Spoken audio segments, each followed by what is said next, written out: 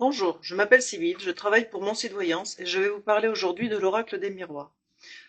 Je trouve que c'est un jeu assez ludique, assez simple d'utilisation. Les dessins sont assez agréables. Il se compose de 52 cartes. Hop. Donc vous avez un petit fascicule d'explication avec l'explication de chacune des cartes. Donc les dessins sont assez ludiques. Alors ce qui est agréable, c'est que sur chacune des cartes, comme vous pouvez le constater, vous avez l'explication de la carte. Donc pour les personnes qui ne sont pas, qui sont novices dans ce domaine-là, ils peuvent facilement faire un tirage en se basant au moins sur la signification des cartes. Pour ma part, j'ai des messages qui viennent et parfois les cartes ne veulent pas dire forcément la signification qui sont marquées dessus. Parce qu'en fait, ce jeu, c'est celui dont je me sers en permanence, c'est celui qui me parle le plus. Donc, il n'est plus facile pour moi de vous expliquer son fonctionnement. Alors, en termes de personnages, vous n'avez que ces deux-là. Vous n'avez que l'homme et la femme, à contrario de certains jeux où vous avez une multiplicité de personnages. Vous avez, vous n'avez pas forcément les saisons, ni les mois, mais par contre, vous avez les cartes principales. Après, ce sont des cartes qui sont assez solides. Elles sont facilement maniables parce qu'elles sont pas très épaisses et pas très grosses. Donc, comme vous pouvez le constater, chacune d'entre elles ont une signification inscrite dessus. Alors après, par exemple, vous voyez, cette carte-là, lorsque l'on est médium, on peut l'entrevoir comme des discordes, ou alors effectivement, la carte principale, c'est un problème de justice, ou alors on règle des problèmes.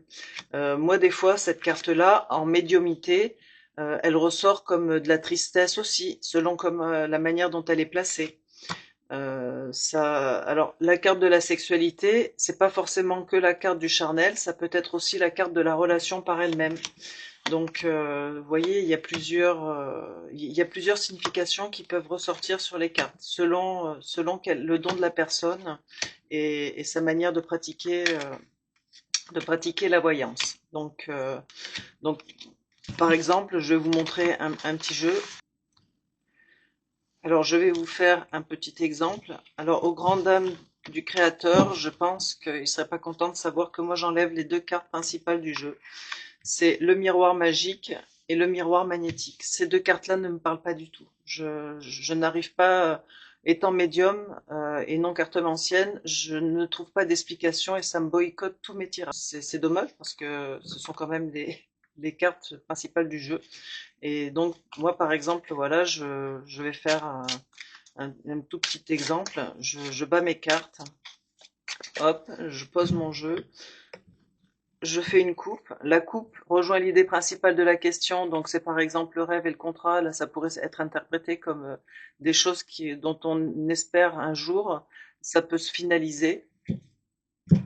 Et après, j'étaye le jeu par des lignes de carte-carte en commençant par la droite. Je les mets de cette manière-là. Et ensuite, je fais souvent 3 lignes et ensuite je donne une explication sur chacune d'elles. Donc par exemple, là, on va dire que la personne ne sait pas où elle en est, ça prend du retard par rapport aux retrouvailles, parce que la carte de la réunion peut être aussi une carte de retrouvailles, mais on me dit qu'au final, il y aura quand même une joie. On me dit qu'il y a une personne qui est en retrait, dans l'instabilité, qui malgré l'ouverture se sent dans l'échec et que, vous voyez, c'est par exemple, on a quand même des pensées. La carte du rêve, ça peut être aussi une carte de pensée, des sentiments d'amour pour une personne, mais il y a eu des discordes. Accusation, ça peut être aussi des discordes, mais il y a quand même une forme de victoire dessus. Voilà, c'était un tout petit exemple de tirage. Alors celui-là, c'est le mien. Chaque personne peut avoir son tirage personnalisé selon comment on le ressent. Parfois, on peut essayer de faire des tirages qui sont expliqués éventuellement dans le fascicule, mais c'est pas forcément celui qui vous conviendra le mieux.